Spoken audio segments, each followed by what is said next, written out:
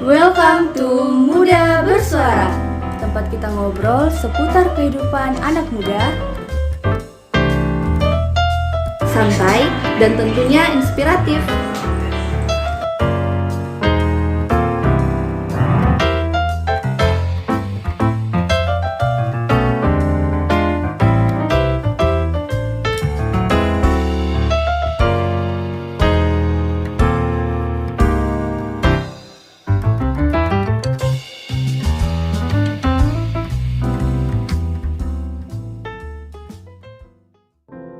Saat kita jatuh, selalu ada tangan-tangan di keluarga yang terulur dengan cinta meraih untuk membantu kita untuk bangkit. Saat kita mulai jauh, keluarga tempat kembali pulang, menampung tumpah ruah rindu yang berlabuh. Keluarga adalah sekolah kehidupan terbaik untuk belajar tentang makna kesetiaan, ketulusan, dan pengorbanan. Keluarga, tempat di mana kita dicintai dan mencintai. Mungkin sedikit ada ornamen tangis, peluh, dan pengorbanan, tapi semua berujung kebahagiaan. Hai, welcome di episode 2 Muda Bersuara. Di topik kali ini kita akan berbicara tentang family. Nah, gimana nih menurut kalian kalau ngomongin tentang keluarga? Menurut saya, keluarga itu membahagiakan dan menyenangkan.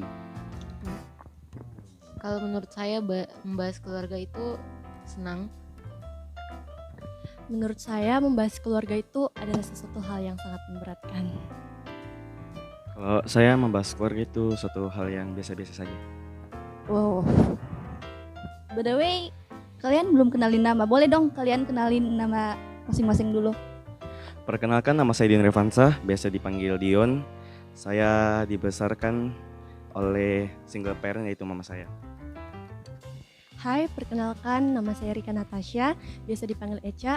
Saya berasal dari keluarga yang bisa dibilang tidak utuh.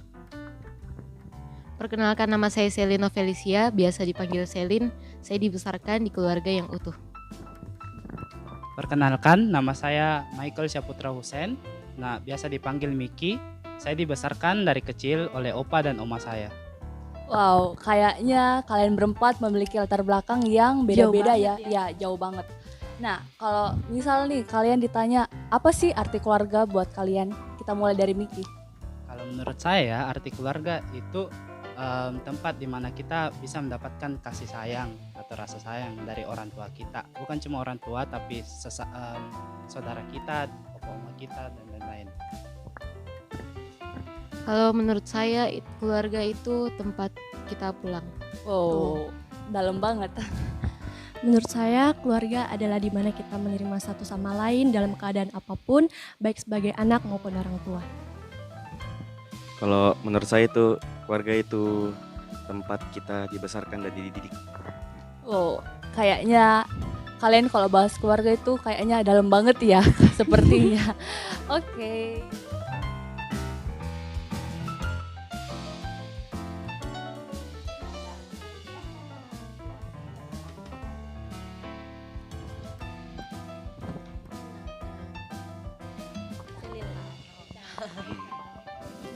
Kalau saya pernah seperti kegiatan-kegiatan di sekolah, paskibra, saat saya melayani di Natal, di Pasca, dan kegiatan-kegiatan sekolah yang lainnya. Kalau saya hampir sama Eca. Kalau ada kayak tanggung jawab yang diberikan di sekolah, pasti diapresiasi sama orang tua. Kalau saya sih tidak ya, karena kalau apresiasi dari orang tua, orang tua saya itu sering keluar kerja, jadi tidak opa dan oma saya tidak terlalu mementingkan. Aduh. Dion. Kalau saya mungkin walaupun saya kayak Natal sekolah dance-nya, terus ikut dance Natal sekota, terus kayak paskibra dan lain-lain, itu mungkin saya itu kayak lebih bakal mengapresiasi saya kalau saya berprestasi dalam bidang akademis begitu.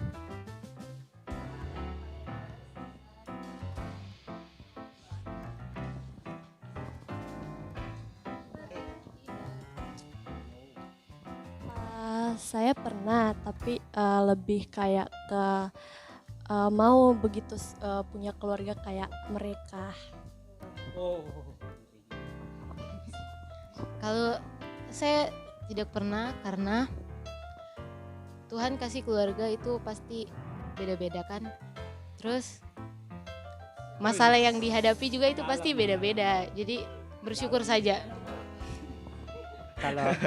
Kalau saya sih orangku tipenya simple ya, karena saya tidak pernah menginginkan apa yang orang lain punya. Sih. Kali kakak. Kalau kalau kalau saya tipe orang yang mungkin kayak bodoh amat lah. Jadi mungkin juga sudah terlanjur nyaman dengan keadaan sama keluarga begini. Nyaman. Begitulah.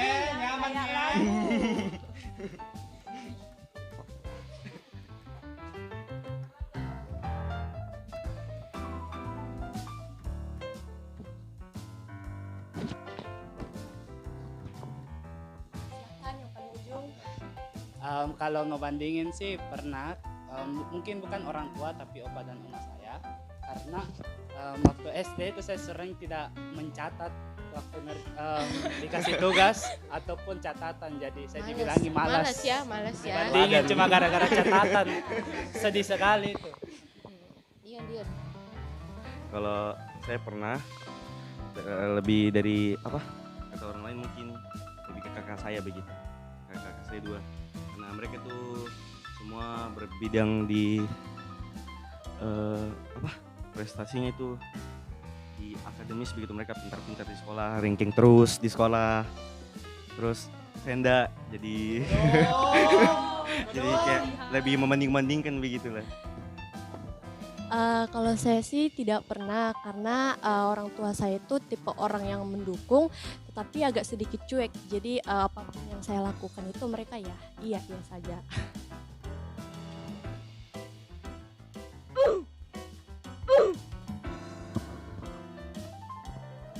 Kalau saya pernah, mungkin hampir sama Dion, dibandingkan prestasinya dengan orang lain, tapi yang tidak sampai menuntut sekali. Kalau misalnya kayak saya harus begini-begini, enggak.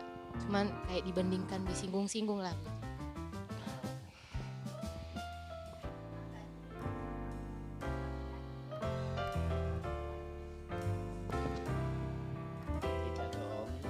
Tidak dong.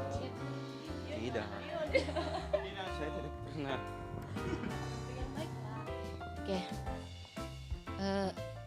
Saya tidak tipe orang yang tidak suka cerita sama orang tua, kayak ada malu-malu begitu.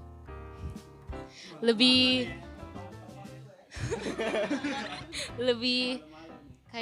nyaman itu cerita sama teman dekat gitu.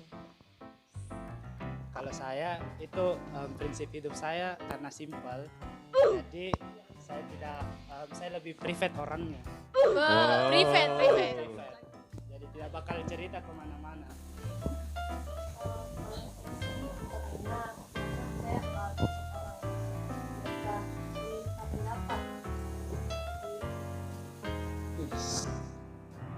Kalau saya enggak pernah, karena saya itu orangnya kalau di keluarga itu tertutup. Tapi kalau saya terbukanya itu di teman-teman, jadi kayak sama kayak Selin, dia suka cerita ke teman-teman.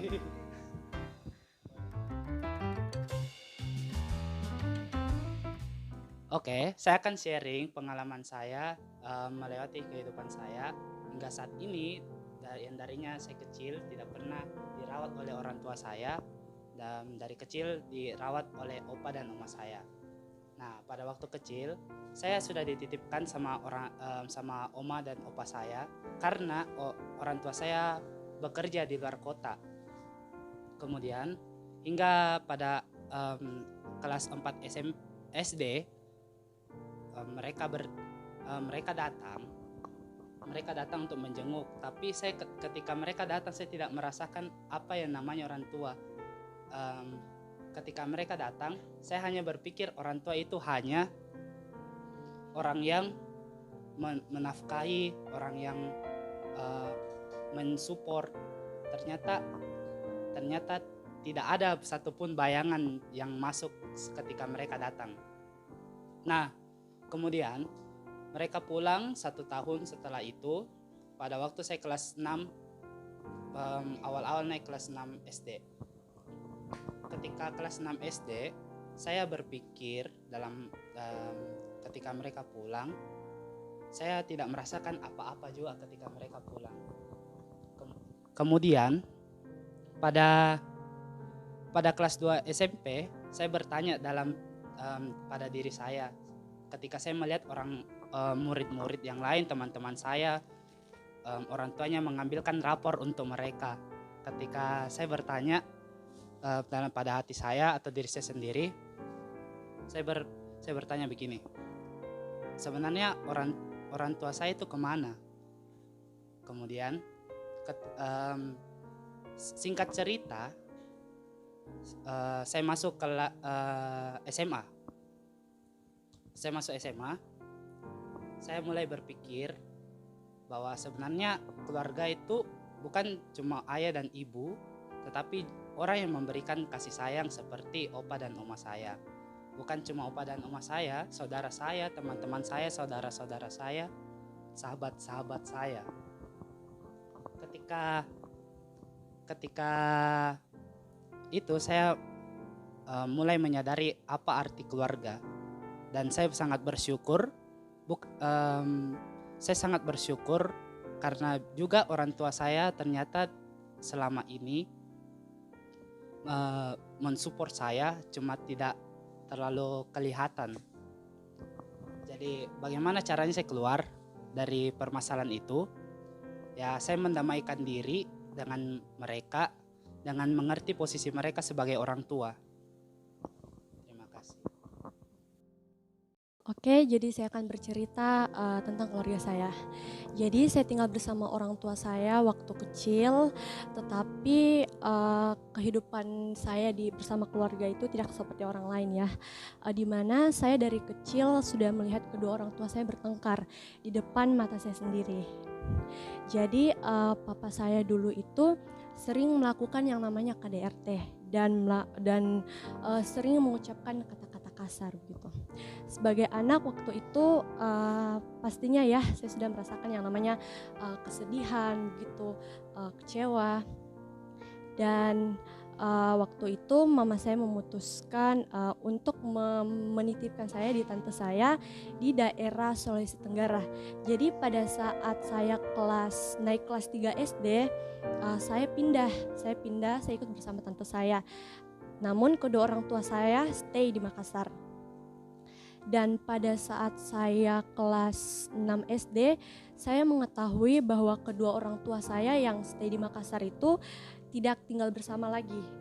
Mereka pisah rumah begitu. Dan pada saat saya kelas 1 SMP, pada saat saya kelas 2 SMP, saya memutuskan untuk balik lagi tinggal bersama orang tua saya di Makassar. Dan kedua orang tua saya itu setuju kalau saya balik lagi ke Makassar. Dan kedua orang tua saya juga memutuskan untuk tinggal bersama lagi karena ada saya yang harus dijaga begitu bersama mereka.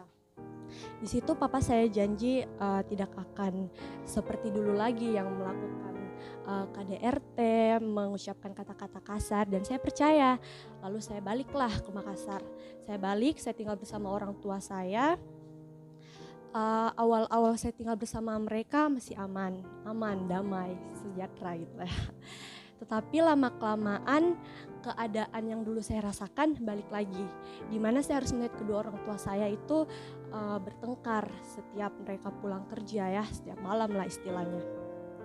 Papa saya mengucapkan kata-kata kasar yang saya pun sebagai anak itu merasakan sakit hati, kecewa, apalagi mama saya ya, di posisi mama saya itu saya sangat rasakan sekali.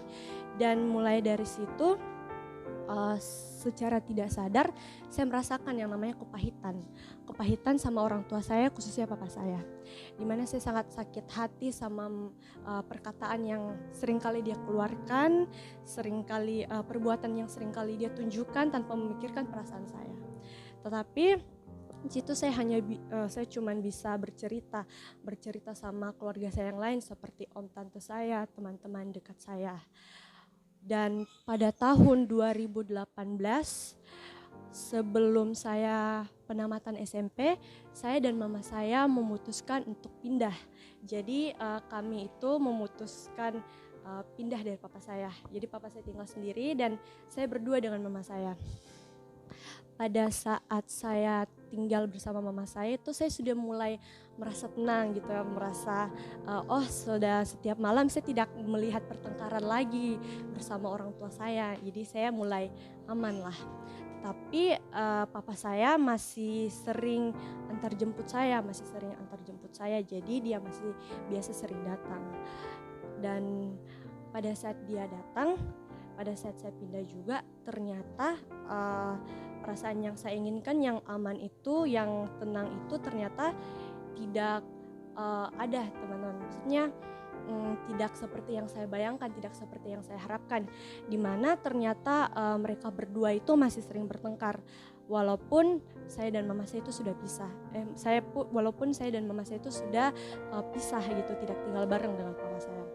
Mereka masih biasa sering bertengkar, sampai ke sekolah pun ketika papa saya menjemput saya masih lihat mereka bertengkar. Jadi saya kadang itu telat datang ke sekolah karena harus mendengarkan mereka dulu ya, drama-drama mereka gitu. Dan sikap saya sebagai anak sih pastinya sangat kecewa sama papa saya, sangat sakit hati, hancur hati begitu. Tetapi dengan seiring berjalannya waktu, secara tidak sadar lagi saya mulai dipulihkan sama Tuhan. Saya rajin mendengarkan khotbah dari media sosial, mendengarkan khotbah dari gereja, berdoa sama Tuhan. Saya bilang, Tuhan tolong kasih saya kekuatan buat hadapi segala yang ada di depan saya. Dan ternyata Tuhan jawab doa saya. Tuhan selalu kasih saya kekuatan dan penyertaan Tuhan itu sangat sempurna buat saya. Saya juga bersyukur punya keluarga yang lain yang selalu mendukung saya, buat teman-teman juga yang selalu mendukung saya. So jadi buat kalian di luar sana yang mungkin memiliki cerita yang sama dengan saya atau yang mirip lah dengan saya mau memberikan sesuatu begitu sama kalian, dimana kalian itu jangan pernah merasa diri kalian itu korban, karena ketika kalian memposisikan diri kalian sebagai korban, justru itu akan membuat diri kalian itu semakin rapuh. Jadi tetap berjuang teman-teman, dan juga kalian harus tetap menghargai kedua orang tua kalian, apapun keadaan mereka, apapun yang mereka lakukan, biar bagaimana mereka adalah kedua orang tua kalian, karena Tuhan yang memilih mereka untuk kalian dan Tuhan juga yang memilih kalian untuk mereka. Dan juga jangan pernah lupakan Tuhan dalam kehidupan kalian. Kalian harus tetap berdoa, minta kekuatan sama Tuhan agar kalian bisa melewati apapun yang ada di depan kalian bersama dengan Tuhan. Terima kasih. Halo teman-teman, jadi sekarang saya akan menceritakan kehidupan saya setelah papa saya meninggal. Jadi saya anak bungsu dari 3 bersaudara. Saya besar dan tinggal bersama mama dan nenek saya. Papa saya meninggal di saat saya umur kelas 2 SD. Nah, di saat papa saya meninggal itu, kondisi keluarga kami itu betul-betul jadi mengulang semua dari nol. Karena waktu papa saya masih ada, papa saya melarang mama saya untuk kerja. Jadi di saat papa saya meninggal itu jadi kayak sudah tidak ada pegangan lagi. Nah, berawal dari kita mulai jual minuman di pinggir jalan, terus sampai akhirnya mama saya dapat pekerjaan di bidang alkes, alat kesehatan. Mama saya bekerja di situ selama 3 tahun, dan habis itu perusahaannya itu harus tutup karena itu perusahaan luar negeri. Terus jadi perusahaan yang di luar Jakartanya itu harus ditutup. Terus mama saya ke Jakarta buat kerja di sana. Diajak ke Jakarta buat kerja di sana. Tapi mama saya katanya tidak mau karena mama saya katanya tidak mau tinggalkan keluarga. Nah, habis itu jadi tidak ada lagi pemasukan, yang tidak ada lagi yang biayai terus. Jadi saya mencoba untuk jualan makanan di sekolah, di kelas. Nah itu pun jualannya itu mut-mutan karena sempat juga kena teguran. Terus jadi sampai terakhir tuh saya berhenti karena ditegur, terus pusing juga aturnya kayak belajar sama jualan. Nah habis itu setelah saya sudah enggak jualan makanan di kelas, mama saya iseng jualan online kayak celana, baju, jaket, sepatu dan lain-lain. Tapi semenjak kayak ini corona datang, jadi kayak jualan online itu jadi kayak kambat. Yang dulu kayak setiap hari pasti ada lah 1 atau 2 begitu yang beli. Gara-gara corona ini paling kayak sebulan sekali itu baru ada. Itu pun juga kadang sebulan itu kadang enggak ada. Nah sampai dimana itu kayak mama saya iseng buka catering. Nah itu jadi ada teman mama saya yang bantu kayak dokter, terus teman-teman yang lain mau bantu mama saya untuk pesan catering di mama saya. Nah itu sampai sekarang. Jadi yang poin di sini tuh kayak Tuhan itu tidak pernah biarkan kita jatuh sampai tergeletak, dan Tuhan terus topang keluarganya kita. Terus juga kalau dulu waktu masih ada papa itu kayak seolah-olah masih kita kebergantungan gitu sama papa, kita tidak kebergantungan sama Tuhan. Jadi kayak mungkin Tuhan itu juga ajar kita untuk kebergantungan sama Tuhan. Nah jadi teman-teman juga yang kayak mungkin senasib dengan saya, kalau mama saya ajarin itu kita harus lepas dari titik awal untuk kita melangkah lebih maju lagi. Kita jangan stuck di titik itu. Nah, mungkin itu sekian dari saya. Terima kasih. Saya akan bercerita tentang keluarga saya.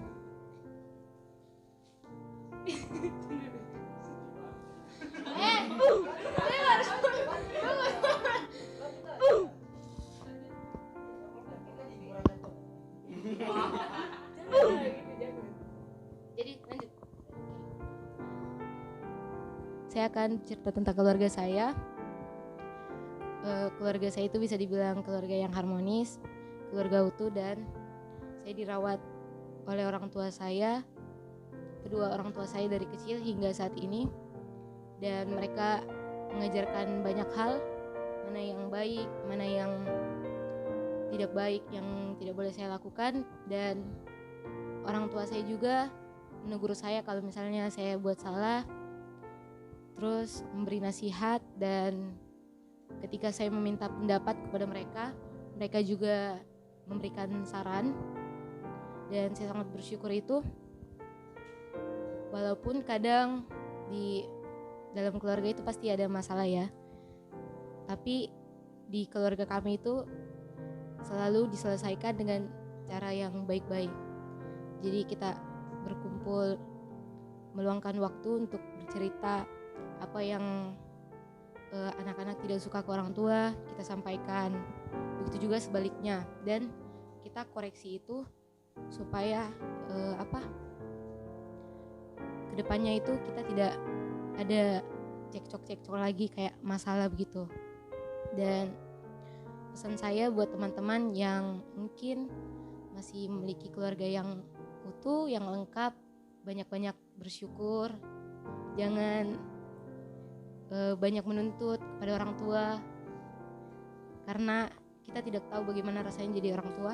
Orang tua pasti menginginkan yang terbaik untuk anaknya.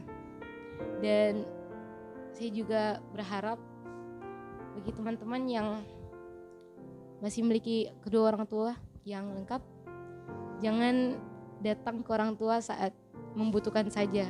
Mungkin kayak kita butuh uang lah, atau yang anak muda biasa butuhkan pulsa kan.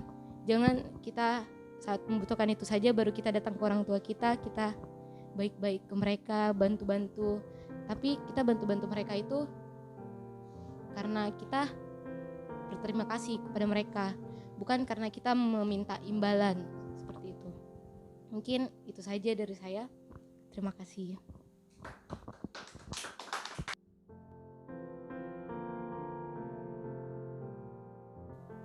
yang ingin saya sampaikan kepada orang tua saya berharap mereka terus belajar untuk mengasihi saudara saya.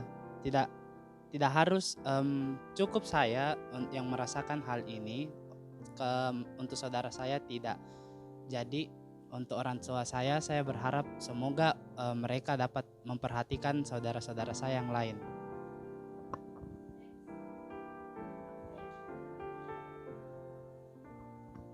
Saya berharap mereka lebih mempunyai waktu untuk meluangkan kepada anak-anaknya.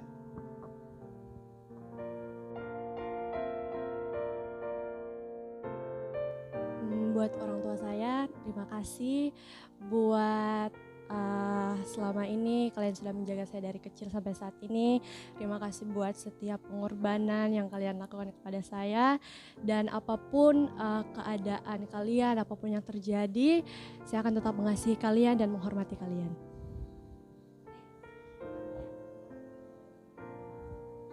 Saya berharap kedua orang tua saya, walaupun mereka sudah tidak bersama lagi, mereka tetap sukses selalu, baik-baik, dan apapun yang mereka inginkan bisa tercapai. Dan saya sebagai anak akan selalu mendukung mereka.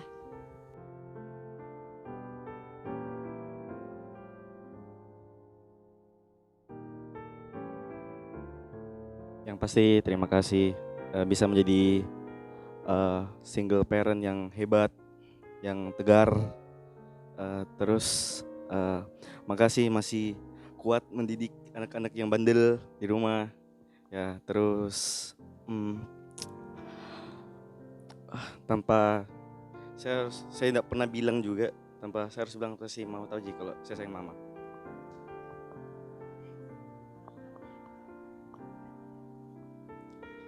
Yang harapkan semoga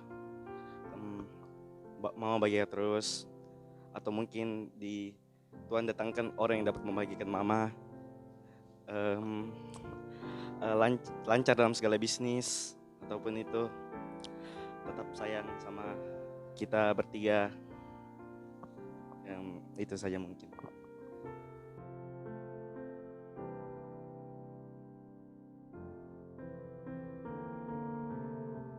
Yang saya mau sampaikan ke orang tua saya sangat-sangat berterima kasih, dan saya sangat senang memiliki orang tua seperti kalian.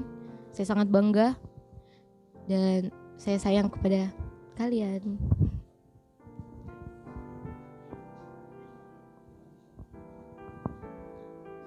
Saya cuma mau berharap mereka tetap sehat-sehat, tetap kuat, sukses selalu. Dimanapun mereka berada, mereka dapat menjadi berkat. Rumah adalah rasa, bukan tempat. Karena semoga apapun tempat, jika tak ada rasa di dalamnya, maka tak pantas disebut rumah. Dari @moh_ilham. Wow, kayaknya emang ya Jess, kalau kita bahas soal keluarga, soal orang tua itu kayaknya Dalam banget ya. iya. Kalau aku pribadi sih juga kalau aku sih nggak kuat Jess kalau bahas soal keluarga. Kalau kamu gimana Jess? Sama juga, nggak kuat karena Ya berat ya. berat. Oke, thank you udah nonton episode 2 Muda Bersuara. See you in the next episode. Bye.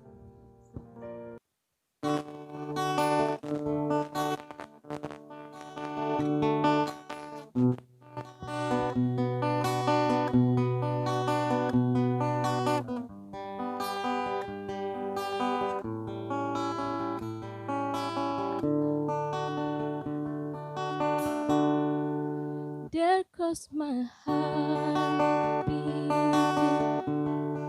'cause you are the reason I'm losing my sleep. Please come back home.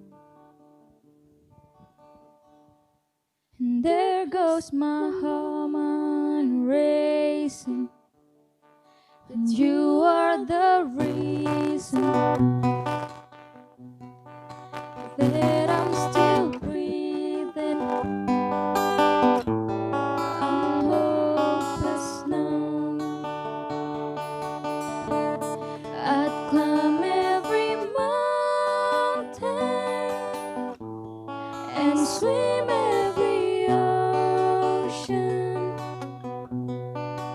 just to be with you and fix what I've broken.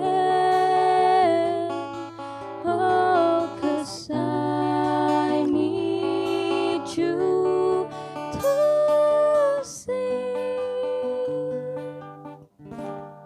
that you are the reason I'd climb every mountain and swim every ocean just to be with you and fix what I've broken. Oh, 'cause I need you to see that you are the reason. I don't wanna fight no more. I don't wanna fight no more. I don't wanna hurt no more. Come back, I need you to hold me. I don't wanna fight no more. I don't wanna hurt no more. Come back, I need you to hold me. I don't wanna cry no more. I don't wanna hurt no more. Come back, I need you to hold me. Just a little closer now. Come a little closer.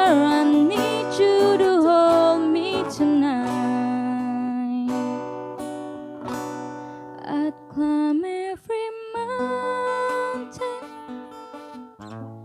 and swim every ocean